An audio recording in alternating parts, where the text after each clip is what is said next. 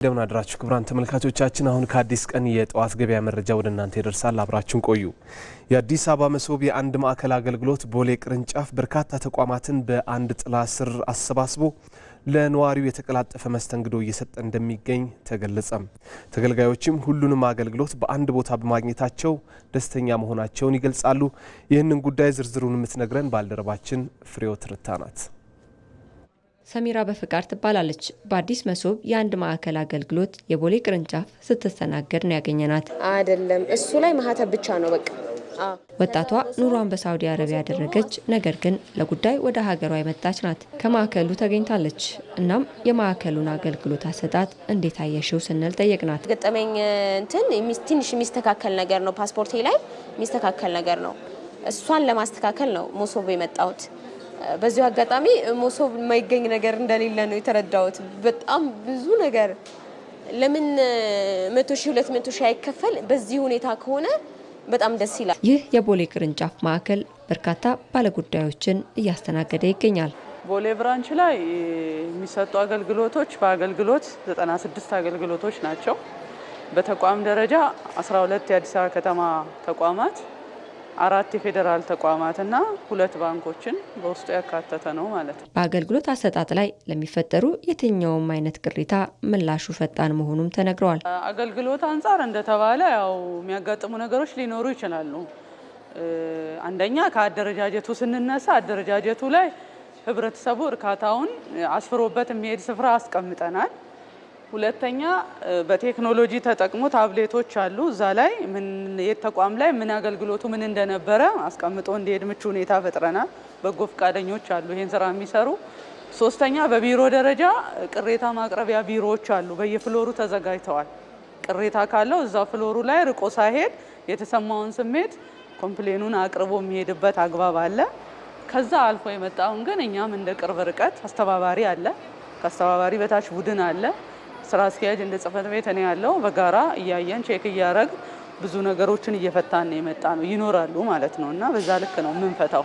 በአዲስ አበባ ከተማ አስተዳደር እስካሁን 2 የአንድ መሶብ አገልግሎት ሰጪ ተቋማት መኖራቸውን መረጃዎች ያመላክታሉ። የአዲስ አበባ ገቢዎች ቢሮ ከደረሰኝ ቁጥጥር ጋር በተያያዘ በተደጋጋሚ የሚነሱ የስነ ምግባር ችግሮችን ለመቅረፍ የሚያስችል ቴክኖሎጂ አልምቶ ወደ ተግባር አስገብቷል። በደረሰኝ ቁጥጥር ባለሙያዎች ዩኒፎርም ላይ በተገጠመ የካሜራ ቴክኖሎጂ እያንዳንዱን እንቅስቃሴ መከታተል መጀመሩን ቢሮ አስታውቋል። ሀና አብራ ተጨማሪውን ይዛለች። የአዲስ አበባ ገቢዎች ቢሮ የቁጥጥር ስራውን በቴክኖሎጂ በመደገፍ እየሰራ እንደሚገኝ አስታወቀ። የገቢ አሰባሰብ ሂደቱ ፍትሐዊነቱ የተረጋገጠ እንዲሆን ቢሮው የተለያዩ አሰራሮችን ዘርግቶ እየሰራ ይገኛል። የአዲስ አበባ ገቢዎች ቢሮ ኃላፊ አቶ ቢንያም ምክሩ ለጋዜጠኞች በሰጡት መግለጫ 280 የቁጥጥር ካሜራዎችን ለባለሙያዎች በመስጠት ለ800 የቁጥጥር ባለሙያዎች ካሜራዎችን ተደራሽ ማድረግ መቻሉን አንስተዋል። ይህ ቴክኖሎጂ እያንዳንዱ የእኛ ቁጥጥር ሰራተኞች ላይ በዩኒፎርማቸው ላይ የሚገጠም የሚሄዱበትን ቦታ ሎኬሽኑን ትራክ የምናደርግበት፣ የቁጥጥር ሰራተኛው ከተፈቀደለት አካባቢ ውጪ በሚወጣ ጊዜ ሲግናል የምናገኝበት፣ ለቁጥጥር በሚሰማራ ጊዜ ከግብር ከፋዩ ጋር የሚያደርጋቸው ንግግሮች የድምፅና የቪዲዮ መልእክቶች በቀጥታ የሚተላለፉበት፣ በቅርንጫፍም ሆነው የቅርንጫፍ ኃላፊዎች ቁጥጥር ያደርጋሉ። እኛም ዋና መስሪያ ቤት ላይ ሆነ ላይቭ ቪዲዮም ድምፅም እንከታተላለን ማለት ነው። ቁጥጥሩ አሁን ላይ በመርካቶ ቁጥር 1 እና ቁጥር 2 በቦሌና በንፋስ ስልክ ክፍለ ከተሞች ተጀምሯል። በተጨማሪም ቢሮው ተግባራዊ እያደረገ የሚገኘውን አሰራር ብልሹና ሌብነትን ለማስቀረት የሚያግዝ መሆኑን ኃላፊው ተናግረዋል። በአንድ በኩል ተቋሙ ከአደረጃጀት አኳያ ያለበትን ችግር በዝርዝር ፈትሸን የተለያዩ የአደረጃጀት ማሻሻያዎች አድርገናል። እነዚህ አደረጃጀት ማሻሻያዎች በአንድ በኩል የገቢ መሰብሰብ አቅማችንን ያጠናክራሉ፣ በሌላ በኩል ደግሞ ገቢው በፍትሐዊነት እንዲሰበሰብ አቅም ይፈጥሩልናል ማለት ነው። ቢሮው ከዚህም ባሻገር የግብር ከፋዮችን ቅሬታ ለማስተናገድ በር መክፈቱንና በ2017 በጀት ዓመት ከቀረቡ የግብር አወሳሰን ቅሬታዎች ውስጥ 63 በመቶ ምላሽ እንደተሰጣቸውና በቀሪዎቹ ላይ ማሻሻያ እንደተደረገላቸው አንስተዋል። መረጃዬ በአግባቡ አልታየም፣ ኦዲተሮቹ በማይሆን መንገድ ወስነውብኛል በሚል ከቀረቡ ቅሬታዎች መካከል 63% የሚሆኑ ተጣርተው በትክክልም ግብር ከፋዩ ያቀረባቸው ቅሬታዎች ትክክል መሆናቸው ተረጋግጦ በውሳኔዎቹ ላይ ማሻሻያ ተደርጓል። የከተማ አስተዳደሩም ቅሬታ ለመቀበል ኮሚቴ ማቋቋሙን የቢሮ ኃላፊው አስታውቀዋል። በቀጣይም ቢሮው የተለያዩ አሰራሮችን ለማሻሻል የገቢ አሰባሰብ ሂደቱን ለማዘመን እንደሚሰራ ተመላክቷል። ክቡራን ተመልካቾቻችን አሁን ደግሞ በቀጥታ ስርጭት የጠዋት ገበያ ቅኝት ወደምናደርግበት መረጃችን ነው የምናልፈው። ለዛሬ በዚሁ በአዲስ አበባ የሚገኘውን የ6 ኪሎ የአትክልትና ፍራፍሬ የጠዋት ግብይት ምን ይመስላል፣ የምርት አቅርቦትና አጠቃላይ ያለውን ድባብ ወደ እናንተ እናደርሳለን። መረጃው ልታደርሰን ደግሞ ባልደረባችን ቅድስት ማሞ በቀጥታ መስመራችን ተገኝታለች። ቅድስት እንደምናደርሽ፣ እስኪ የ6 ኪሎ የጠዋት ገበያ ድባብ ምን ይመስላል? አንቺ ባለሽበት አካባቢ ያለውን በተለይ የአትክልትና ፍራፍሬ ግብይት የምርት አቅርቦቱንም ጨምረሽ ዋጋዎችንም ጨምረሽ መረጃ አድርሽን። አመሰግናለሁ። እንግዲህ ቀደም ሲል እንደጠቀስከው አሚር ያለሁት እዚህ 6 ኪሎ የአትክልትና ፍራፍሬ ገበያ ውስጥ ነው። የተለያዩ ምርቶችን ዋጋ ለማየት ሞክሬያለሁ። እንዲሁም ደግሞ እዚህ ቦታ ላይ የምርት አቅርቦት ችግር አለ ይሆን የሚለውንም አይቻለሁ። ምንም አይነት የአትክልትና ፍራፍሬ የምርት አቅርቦት ችግር እንደሌለም ነው የተመለከትኩት። ጥሩ የሚባል አቅርቦት ነው ያለው። ጥሩ ነው። ገበያው ሞቅ ደመቅ ያለ ነው። ጠዋት እንደመሆኑ አይደለም። እዚህ ቦታ ላይ እንግዲህ ከፈረንሳይ፣ ከቤላ፣ ከ4 ኪሎ፣ ከሽሮ ሜዳ፣ ከአፍንጮ በር ከመሳሰሉ አካባቢ መጥተው ግብይት የሚፈጽሙ ሰዎች አሉ። እንደገና ደግሞ በጅምላና በችርቻሮም እንደዚሁ ግብይቱ ይካሄዳል። በብዛት የፍራፍሬ ገበያው እንዲያውም በጅምላ ነው የሚካሄደው ማለት ይቻላል። እስከ ጠዋቱ 5 ሰዓት ድረስ ሞቅ ያለ ነው። ቀኑን ሙሉ ግን እዚህ ቦታ ላይ ግብይት አለ። ዋጋዎቹን ስንመለከት እንግዲህ ሽንኩርት ዛሬም ከ35 ብር እስከ 40 ብር ድረስ በኪሎ ነው የሚሸጠው። ድንች ከ22 ብር እስከ 25 ብር ድረስ ይሸጣል። ቀይ ስር 40 ብር ነው።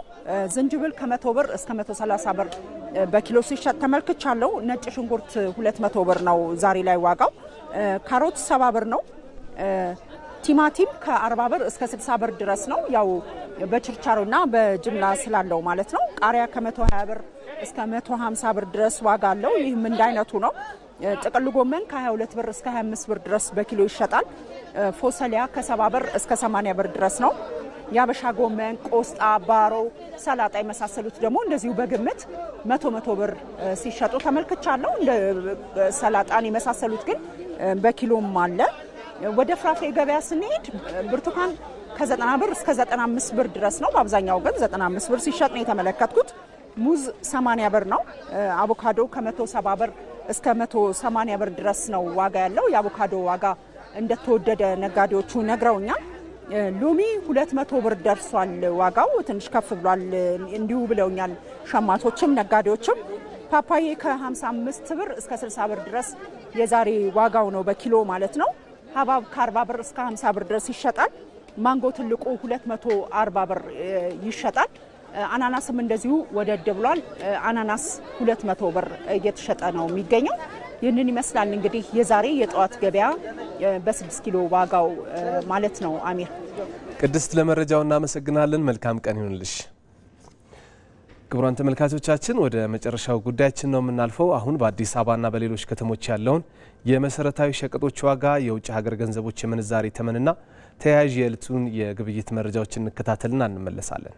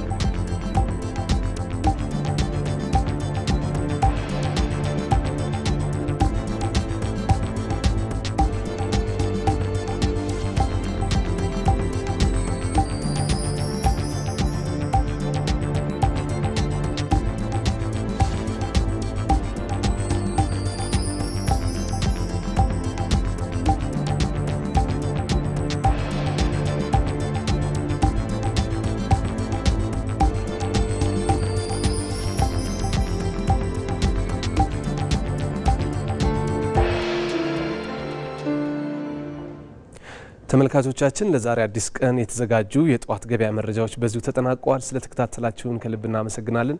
በያላችሁበት ጥሩ ቀን ይሁንላችሁ።